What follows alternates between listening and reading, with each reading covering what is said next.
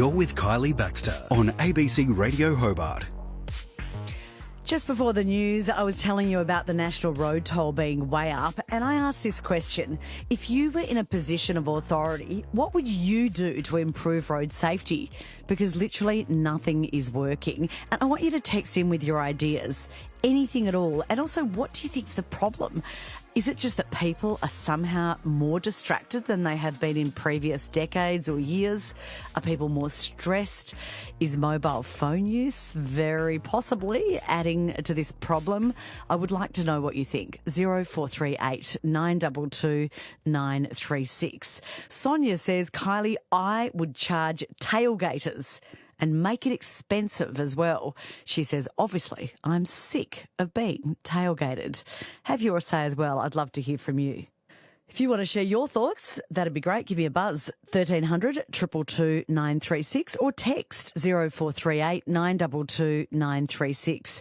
Anthony in North Hobart called into the program, says, I got a shock today when I saw a woman in Elizabeth Street applying makeup to her face while driving. I think a lot of people have seen crazy stuff in the traffic. Some people you see eating in the traffic, not just like eating, a quick little snack while driving one-handed, which is stupid in itself, but even worse than that. I remember hearing somebody who saw somebody with a plate on their knee with a knife and a fork and using, their knees to steer the car. I mean, it just beggars belief, doesn't it? Anyway, have your say, 0438 922 936. A lot of text messages coming in. Just one quick one here. Kylie, I'm a 30-year-old driver and the amount of road rage that I've received as a confident driver is appalling. Yesterday, says this texter, I was driving along Sandy Bay Road. I was being tailgated, hands waving behind me to hurry up. I think there should be a campaign around road rage and making the point of what is the rush. It seems that people are becoming less patient and rude, which is sad, especially in our island state. Thank you for your text message. Now I want to look at addressing the national road toll. I mean, it is a huge task. I do want you to keep texting me with your thoughts. But in the meantime, what can be done to reduce the number of deaths? McLean is the infrastructure safety leader with the National Transport Research Organisation. And she joins me. Emily, good afternoon. Good afternoon, Kylie. So you've been looking at the road toll and how it's been tracking throughout the decades. There are some surprises. Not many of them are good. What have you observed? Yeah, so Kylie, what the data is showing us is that the road toll is actually going up. So currently what we saw across 2024, those provisional numbers, 1,300 people were killed on roads across Australia, and we haven't had that level of road trauma since 2012. So it's heading in the wrong direction.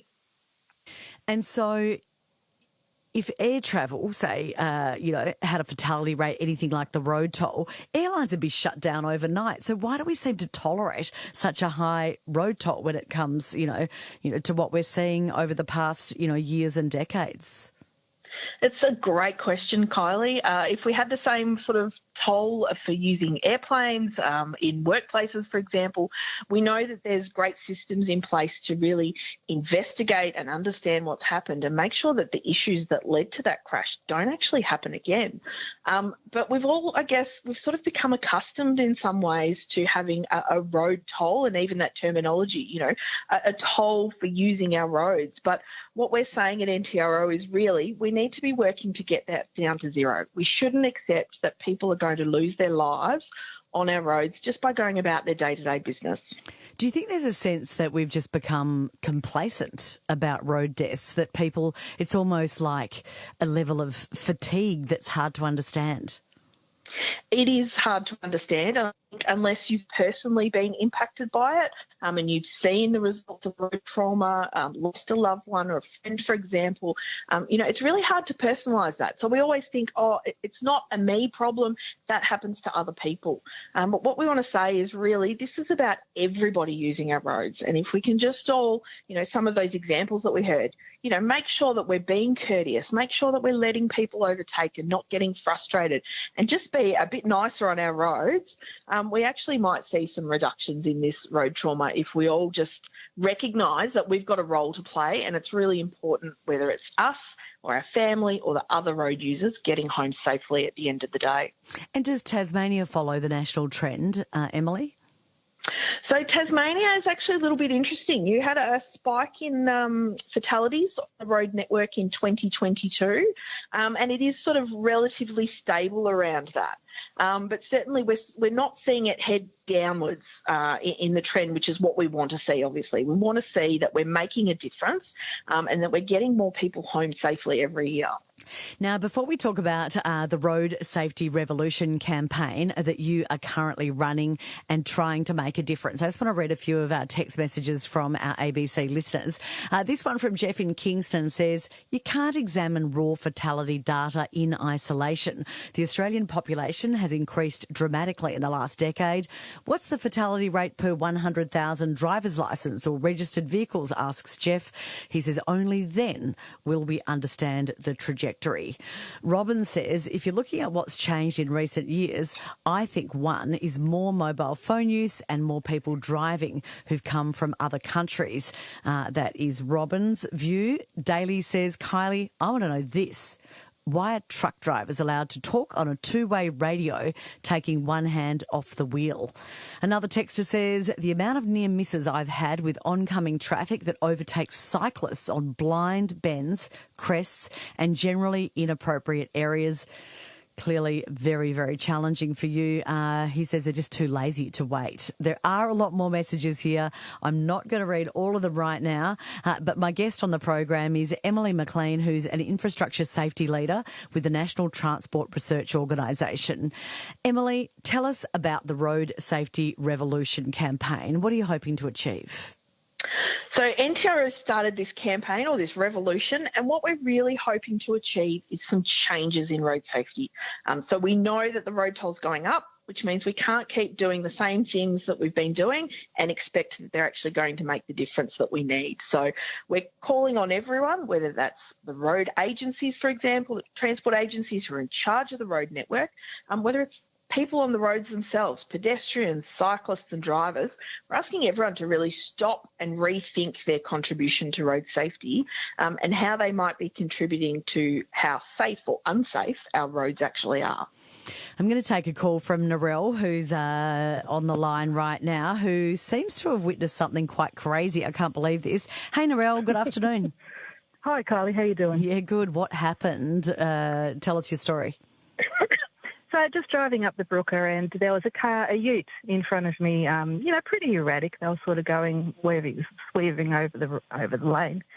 And I pulled up beside them at the lights and looked across, and they were eating out of a takeaway box using chopsticks. You're joking. While I was driving. Isn't that just crazy?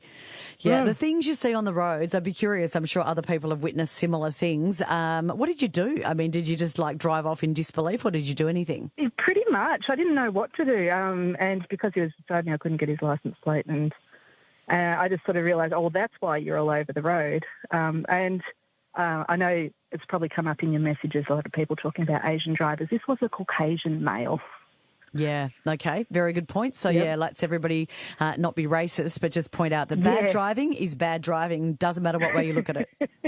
Totally. Good on you. Good to chat. Thanks, Narelle. Thanks, Kylie. Bye. Have you noticed anything strange on the road?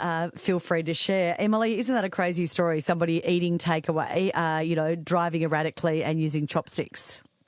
Look, it is a crazy story, but unfortunately, it's not that uncommon. You hear all of these crazy stories about people doing things on the road that really you just shouldn't be doing. And I know I have enough trouble with chopsticks when I'm seated at a table, let alone attempting to do that while you're out driving on the road. So I guess that's one of the things that we're trying to say is really ask people to rethink what they're doing, disconnect from your mobile. Don't do silly things like trying to eat and drive at the same time, for example. wearing seatbelts as well. We're seeing across Australia the number of fatalities because people aren't wearing seatbelts is going higher and higher every year. So even things that, we think we've sort of stamped out over the years and people have gotten used to, as you said before, we're becoming a bit complacent and we're slipping back into old habits again. And you say that we need to challenge the paradigm that road safety is somebody else's responsibility. What do you mean by that? So what we're saying is that everybody who uses the road has a role to play. So it doesn't matter whether you are the transport agency and you're planning that road, you're designing it from scratch, whether you're the maintenance people out on the road, rolling out new shoulders, for example, or whether you're a road user. And that means not just the drivers, but the cyclists, the pedestrians, the motorcyclists, for example, that we make sure that everybody understands that they've got a part to play. We're all on the road and we're all using it. So we need to make sure that we're acting responsibly and helping ourselves and everyone else get home safely. Steve's joined the conversation. Steve says, Kylie, people need to be taught low-risk driving, which is an advanced training for police. But he says the problem is money and time. Who pays for it? How do you get everyone to do it? Most of the fatalities on the highways and rural areas relate to speed and intention being a major factor. Thanks for sharing your thoughts, Steve. Somebody else says the amount of near misses that I've had with oncoming traffic that overtakes cyclists. I read that one on Blind Ben. So, yeah, a lot of cyclists would be agreeing with that one. And just one here from Grant in Hobart. Grant says, I was almost killed years ago on the road. The driver got off scot-free. We see it every year. A vehicle is the most efficient killing machine in Australia. It is a big problem in the court system. They let people off. Politicians just need to deal with it. Thank you for your text, Grant. People are very passionate and frustrated about this issue, Emily. You can just see it by the text line and the calls we're getting, but still nothing seems to make a difference, does it? Look, it is a really difficult one. And as people have said, there's so many different issues at play. So I guess one of the things that we're really encouraging people is to try and make this more of an issue when you go to vote.